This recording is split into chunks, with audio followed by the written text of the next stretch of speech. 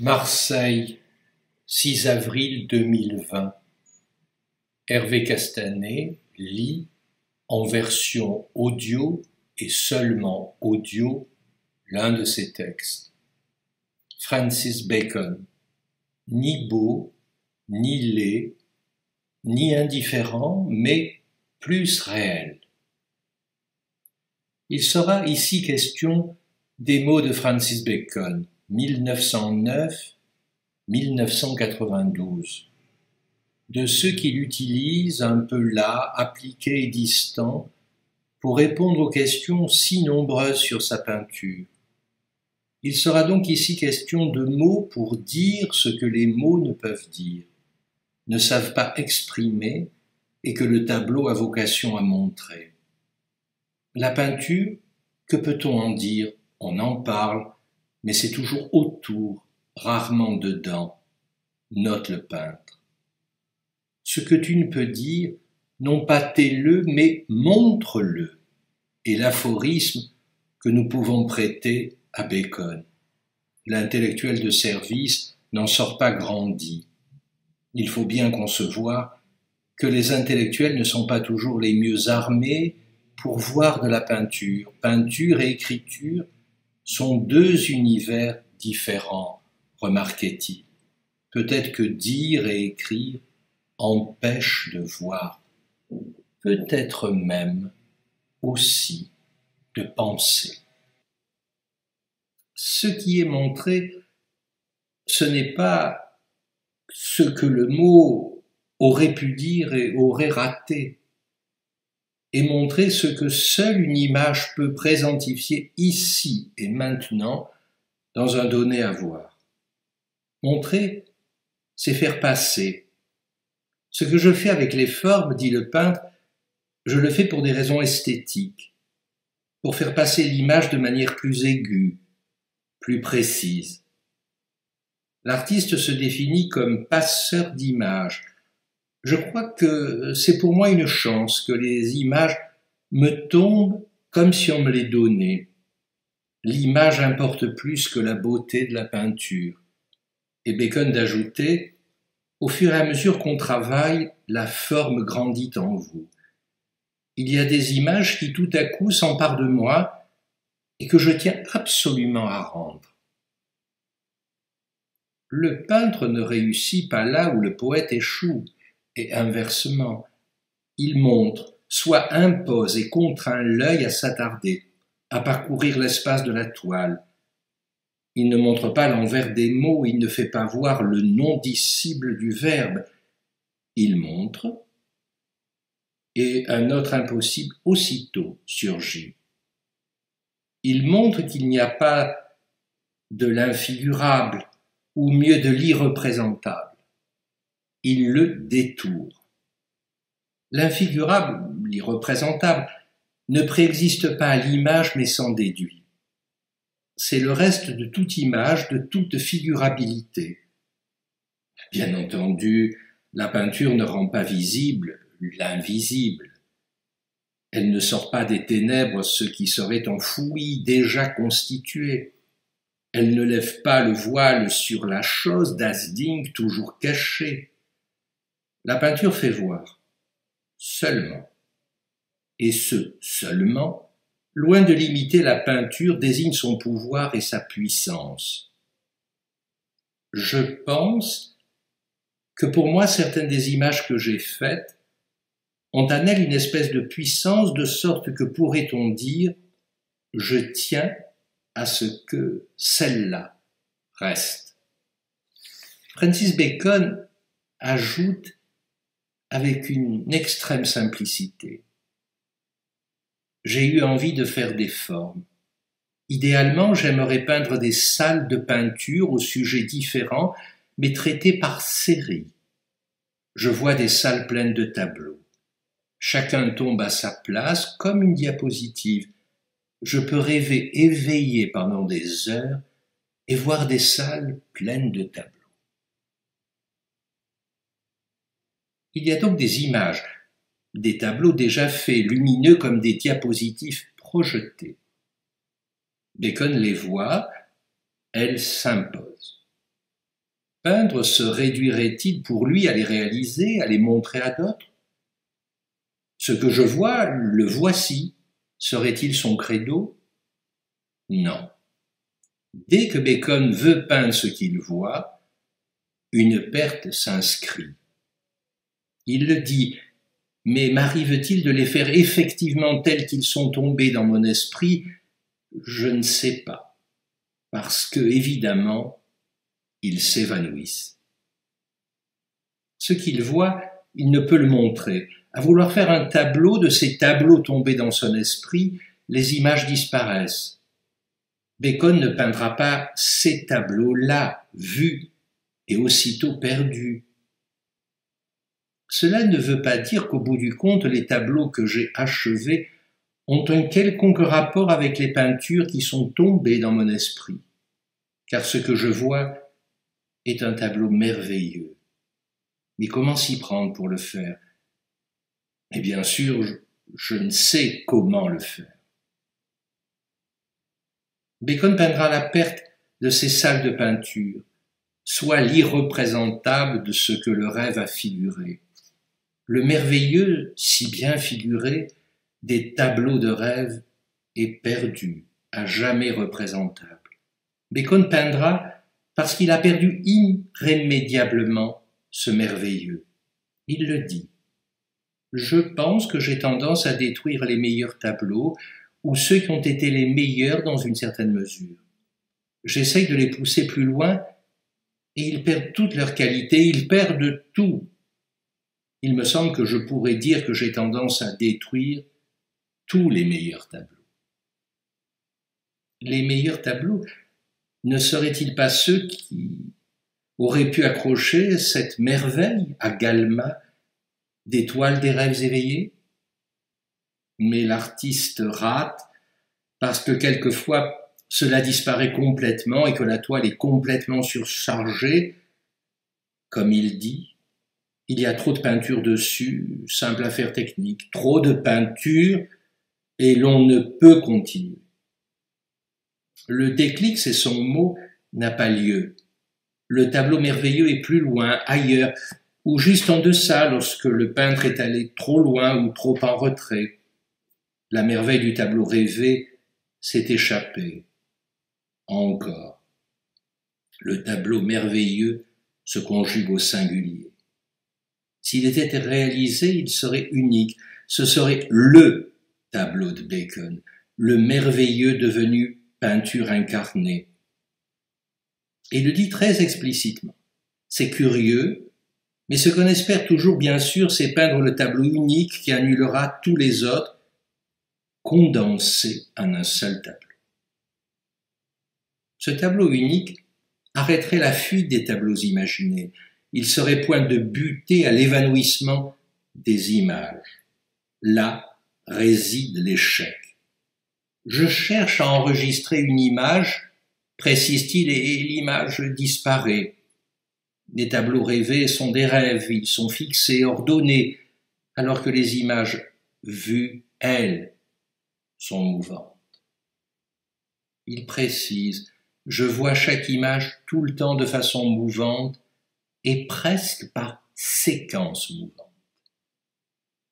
Là est le ressort des tableaux rêvés, toujours insaisissables. Le rêve n'est pas d'imaginer des tableaux, c'est de voir des images fixes et immobiles. En peignant, Bacon se retrouve avec la mouvance des images, leur fuite, leur disparition, d'où cet échec cuisant du tableau unique qui mettrait un terme à une série illimitée. Je n'ai pas encore pu faire l'image unique qui résumerait toutes les autres, avoue-t-il. Seule la galerie rêvée idéale des peintures le permet. La peinture fait voir et ainsi recouvre ce qui cause tout voir, ce qui pousse à montrer chez le peintre et à s'user les yeux chez le contemplateur. Dans ce faire voir, la peinture est agissante. Elle n'est pas un au-dehors qui serait le monde et elle-même n'est pas un univers.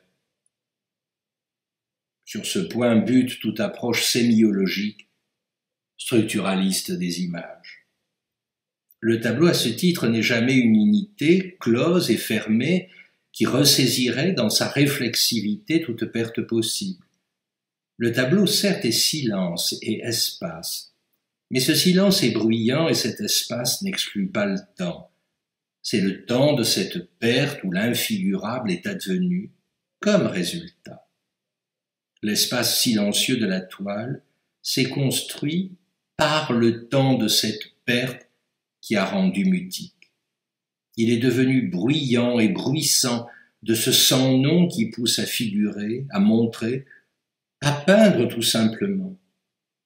Insister sur les seuls silences et espaces qui feraient la peinture touche bien vite à l'idéalisme dont le point de mire est toujours le « je me voir », si cher à la jeune Parc.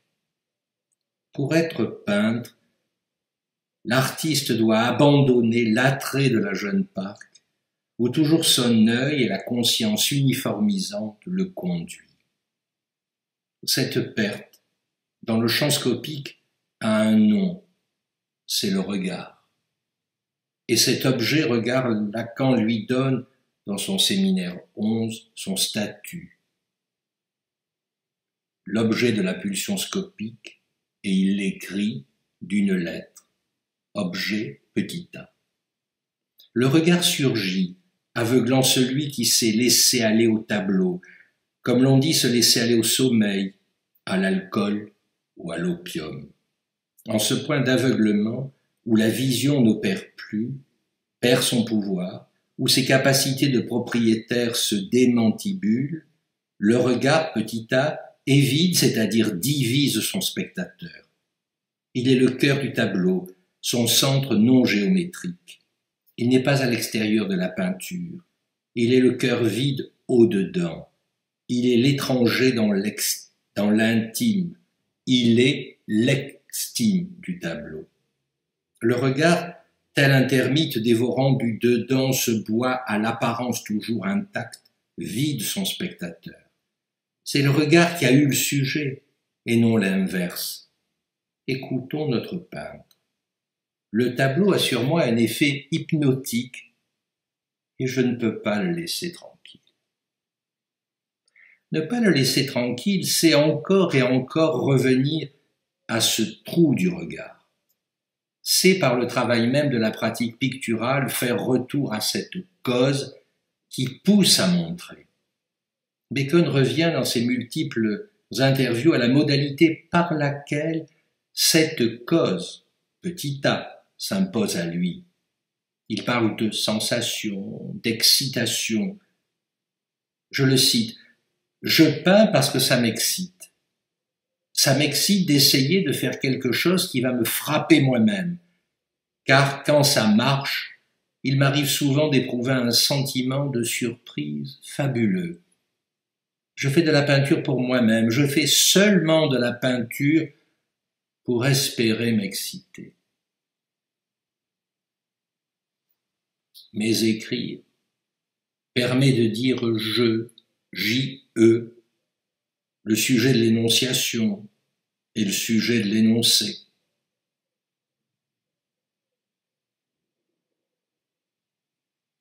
Il permet le je J-E de la narration qui enclenche la fiction autobiographique. L'auteur de ces lignes va donc dire je quelques instants, J-E. J'aime la peinture et je le sais depuis longtemps. Et depuis je m'en méfie et la redoute et je m'y brûle chaque fois. Je ne peux m'en passer. J'aime la peinture beaucoup trop. C'est ce trop qui me rend toute visite d'exposition presque insupportable. C'est une épreuve et j'y vais à l'extrême limite quand je ne peux plus l'éviter. Alors il y a les mots, les phrases, les livres et les idées. Il y a les théories, les dates, les interviews, les biographies, des mouvements et des artistes. Je m'y raccroche après, hébété, appauvri, rendu presque bête. La peinture, à l'instant où je la vois, me cloue le bec, les pensées se brouillent.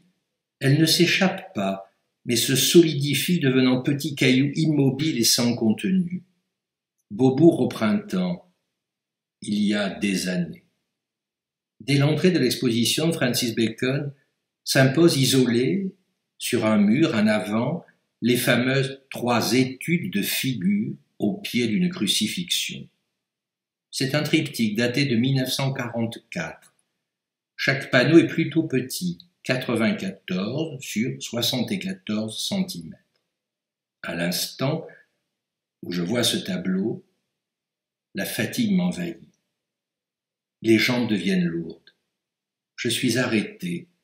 Les gouttes d'eau d'une diade invisible m'ont touché. C'est trop. Je sais que ces tableaux de Bacon, je vais les aimer trop et que le temps du trajet dans le musée, lentement je vais être vidé. Les termites sont au travail. J'hésite. Je me cache en m'immobilisant derrière d'autres spectateurs. Il me faut éviter la confrontation, le face-à-face avec l'étoile. Je me contenterai de les apercevoir plutôt de loin, plutôt par fragments. Je vois l'étoile à distance, réduite au format d'un cahier d'écolier, voire une boîte d'allumettes. Ce n'est pas possible. L'exposition est immense. Les salles sont devenues des déserts où chaque pas coûte. Je sais ce que je vais y perdre, ma pensée, mon intelligence, j'appelle ainsi une rapidité dans l'association, une effervescence de mots, ma souplesse physique de la journée. Le tableau a saisi l'œil et ça n'est fini. L'exposition commence. J'offrirai cet œil et sa vision et sa maîtrise. C'est trop tard. Je m'approcherai de quelques tableaux.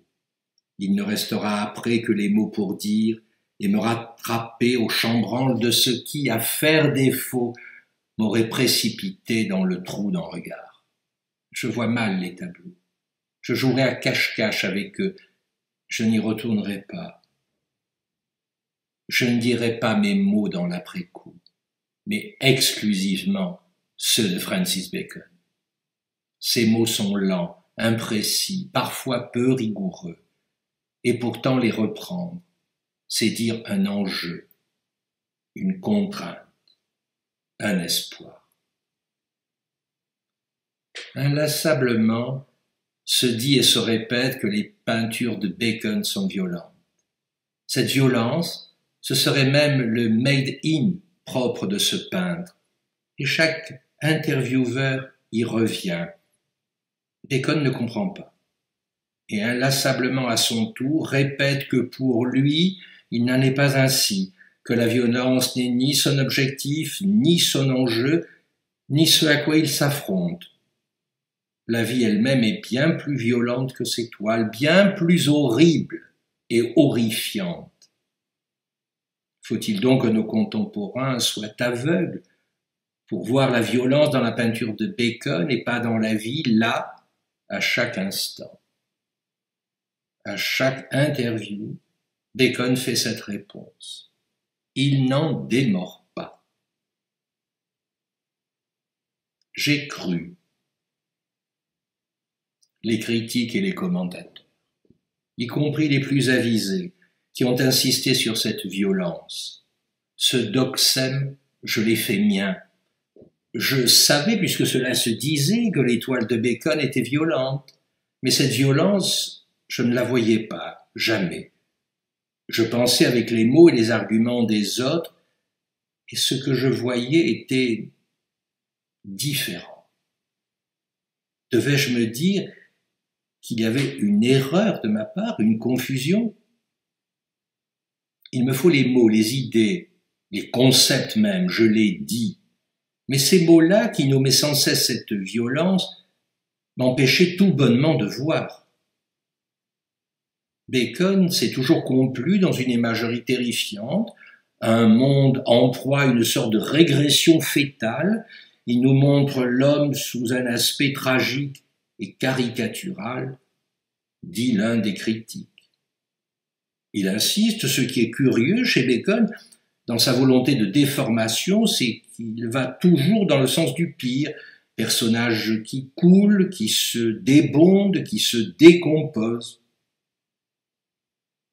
Cette description n'est pas inexacte.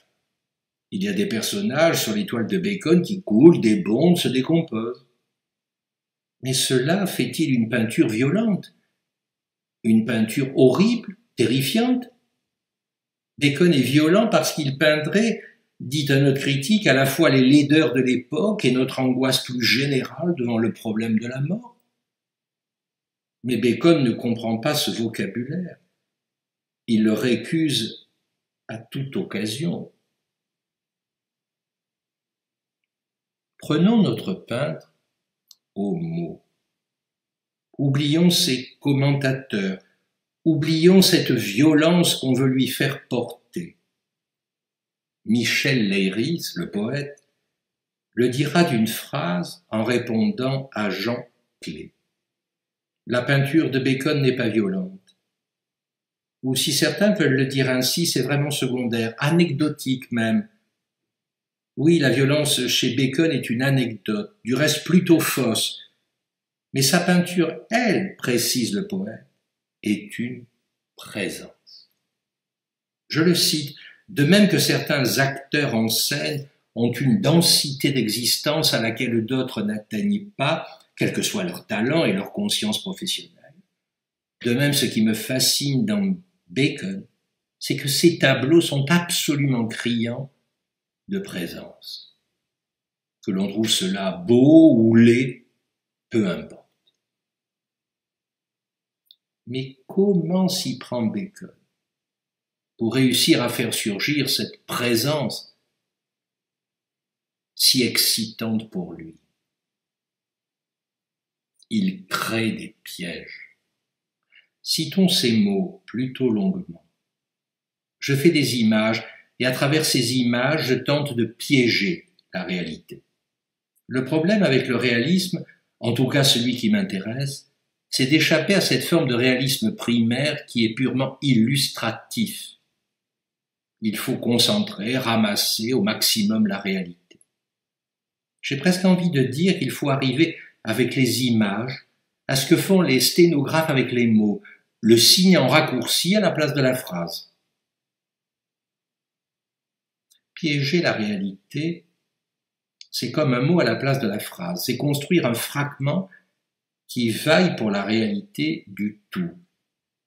C'est cette référence au piège, à l'art du piège, qui explique le refus inlassablement répété de Bacon d'accepter de dire ses peintures comme violentes ou horribles ou angoissantes.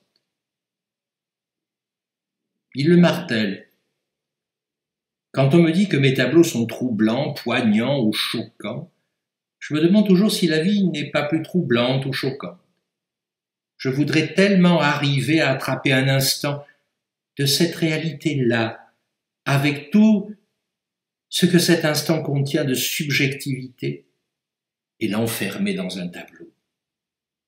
Je pourrais citer Van Gogh écrivant à Théo, « Mon grand désir est d'apprendre à changer et à refaire la réalité. Je voudrais que mes toiles soient inexactes et irrégulières, qu'elles deviennent des mensonges, mais des mensonges qui ne soient plus que la réalité littérale. »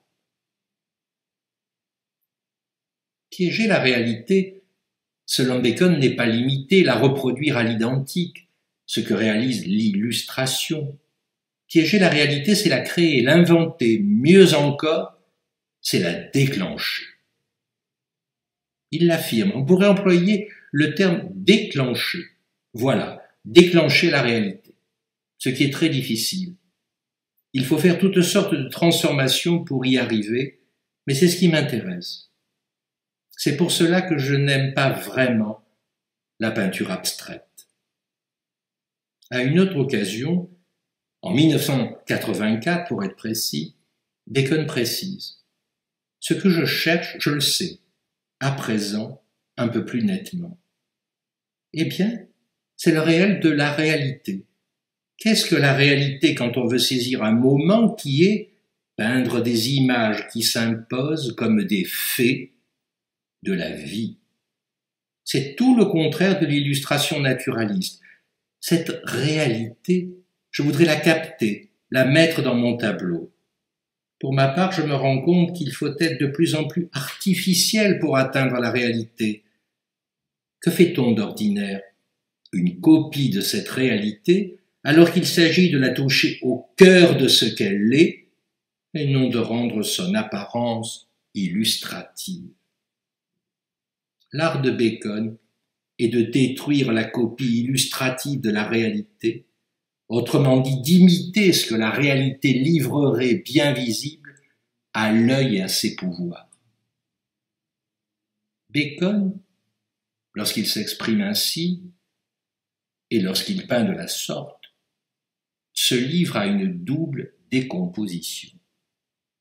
D'une part, la réalité n'est pas le monde au dehors, déjà ordonné par les figures de la représentation visuelle, partes, extra partes. La réalité n'est pas pour lui la réalité matérielle qui s'étale dans les formes euclidiennes du visible. Autrement dit, la réalité dont il parle n'est pas l'apparence. Et pourtant, c'est l'apparence qui doit être rendue et donnée à voir. Il y a donc apparence et apparence. Les confondre ouvre la voie de l'échec de la peinture. Des portraits qu'il réalise, il dit « Ce que personnellement j'aimerais faire, ce serait, par exemple, peindre des portraits qui seraient des portraits, mais proviendraient de choses qui n'auraient rien à voir avec ce qui s'appelle les données illustratives de l'image.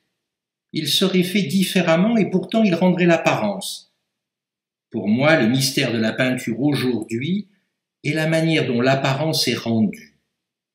On pourra rendre soudain présente la chose de manière totalement illogique, mais elle sera totalement réelle. Et dans le cas d'un portrait, on y reconnaîtra la personne. On reconnaîtra la personne, mais cette reconnaissance ne passera pas par les défilés de l'illustration. Bacon peint le style de ceux dont il fait le portrait. Il peint le style d'un modèle. Cette apparence qu'il s'agit de peindre, donc de capter, Bacon l'appelle énergie. Il précise: pour peindre un portrait, il faut trouver une technique adéquate qui rende toutes les pulsions d'une personne. C'est pourquoi il est si fascinant et si difficile de faire des portraits. La plupart des gens commandent leurs portraits aux peintres les plus académiques parce que, pour certaines raisons, ils préfèrent une sorte de photo en couleur et ne réalisent pas que c'est l'occasion d'être vraiment piégé, attrapé. Le modèle est un être de chair et de sang, et ce qu'il faut capter, c'est l'émanation. Je ne parle pas en termes de spiritualité. Chez tout le monde, il y a des émanations. Peindre la réalité d'une apparence, c'est peindre, suivant notre peintre, cette émanation, soit ce qui n'est pas saisissable tel quel, par l'illustration. Bacon poursuit: il y a l'apparence et il y a l'énergie à l'intérieur de l'apparence. Et c'est une chose très difficile à saisir. Bien sûr, l'apparence d'une personne est étroitement liée avec son énergie. Jusqu'à présent, il semble que pour faire un portrait, il faut représenter le visage. Mais c'est dans le visage qu'il faut tenter de capter l'énergie qui émane de la personne. D'autre part, l'image construite par l'artiste est déformée, disloquée. Sans cela, impossible de montrer cette énergie, ce style de la réalité qui n'est pas son apparence illustrative, logique et rationnelle. C'est cette déformation des figures, des corps et des visages qui fait qu'un Bacon est aujourd'hui immédiatement reconnu lorsqu'on visite un musée. C'est l'un des rares peintres dont chaque toile est aussitôt rapportée à un nom propre. Tiens, un Bacon. Il le dit. Mes personnages ne sont pas tordus, torturés par la torture.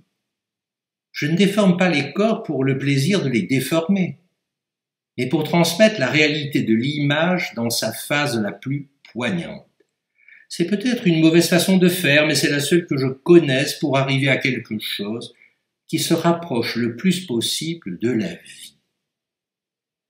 Plus vous travaillez, plus s'approfondit le mystère de ce qu'est l'apparence ou la possibilité qu'il y a de rendre par un autre moyen ce qu'on appelle l'apparence.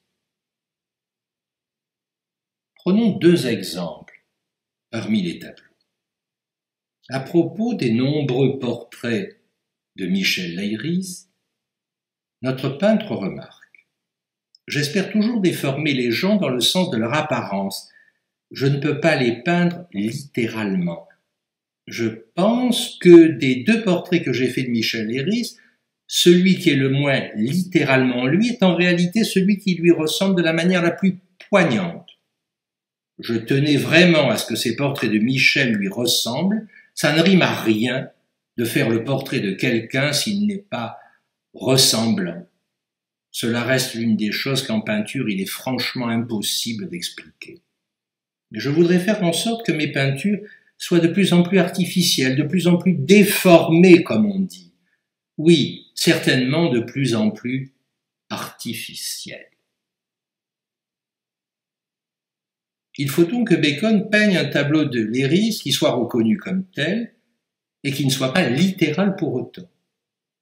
C'est dans cette tension entre ressemblance et ressemblance, entre apparence réaliste et apparence d'énergie, que l'art de Bacon se loge.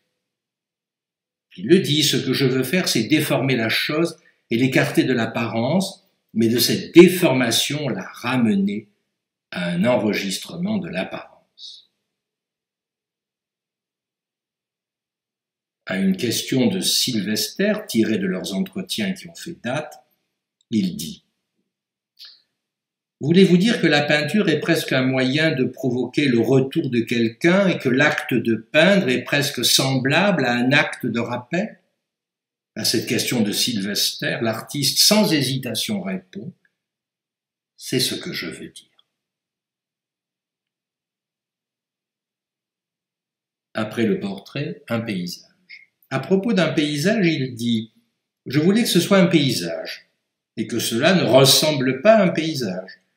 Si bien que je l'ai rogné, de telle sorte qu'à la fin, il ne restait plus qu'une petite étendue d'herbe que j'ai enclose dans une boîte.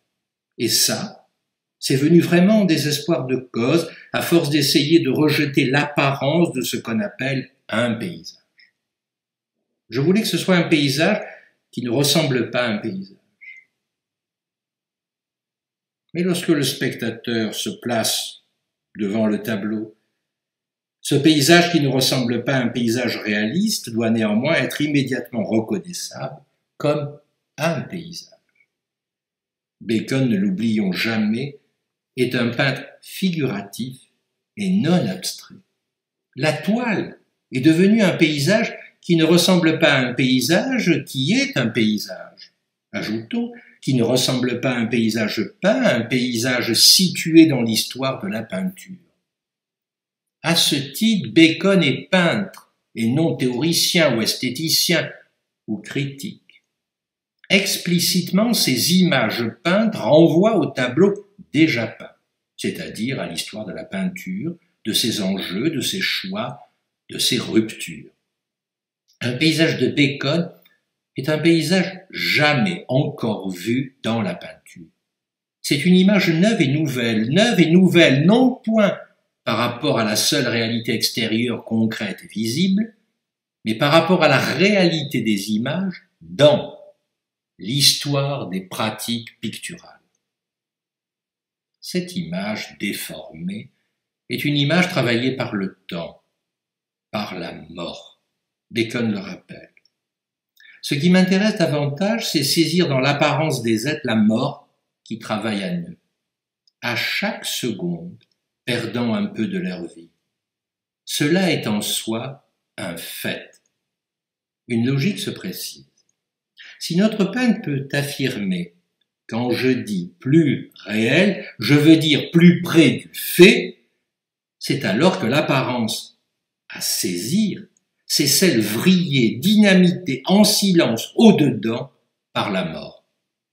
La cause des changements de surface trouve là son ressort.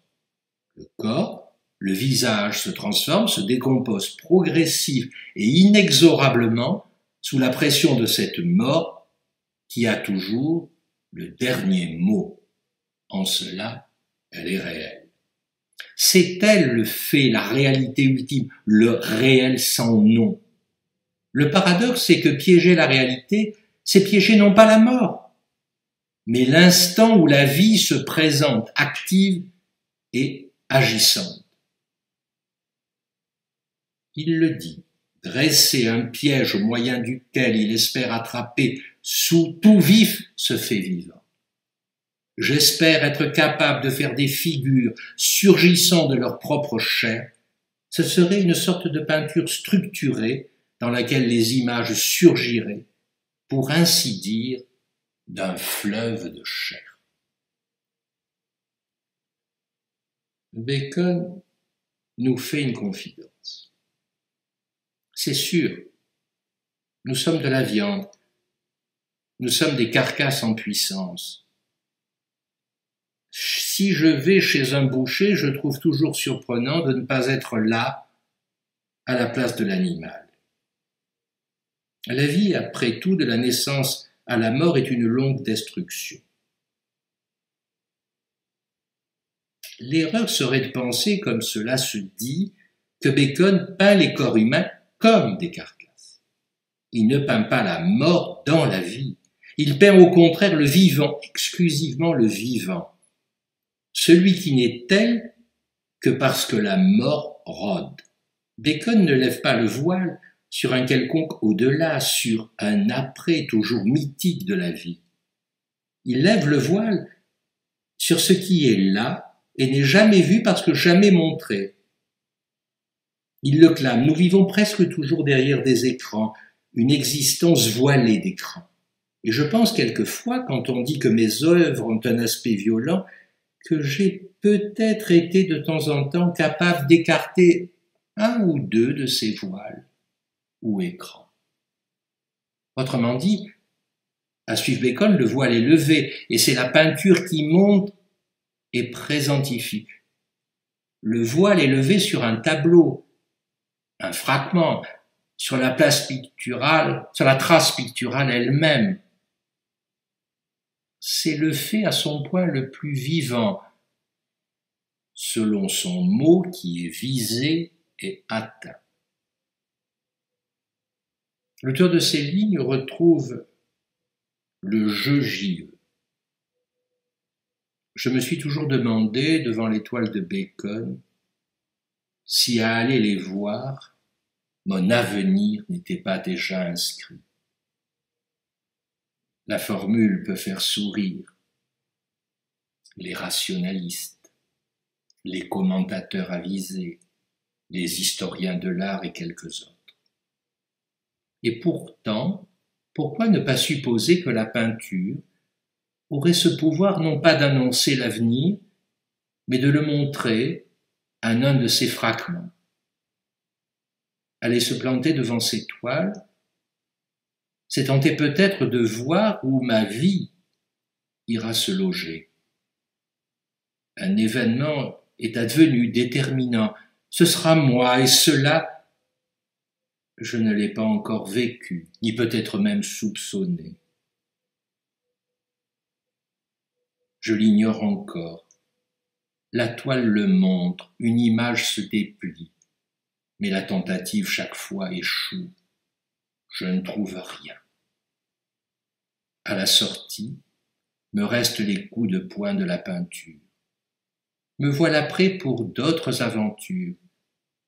La fatigue, n'est-ce pas étonnant? La fatigue, celle dont je parlais au début, en arrivant dans l'exposition, a disparu.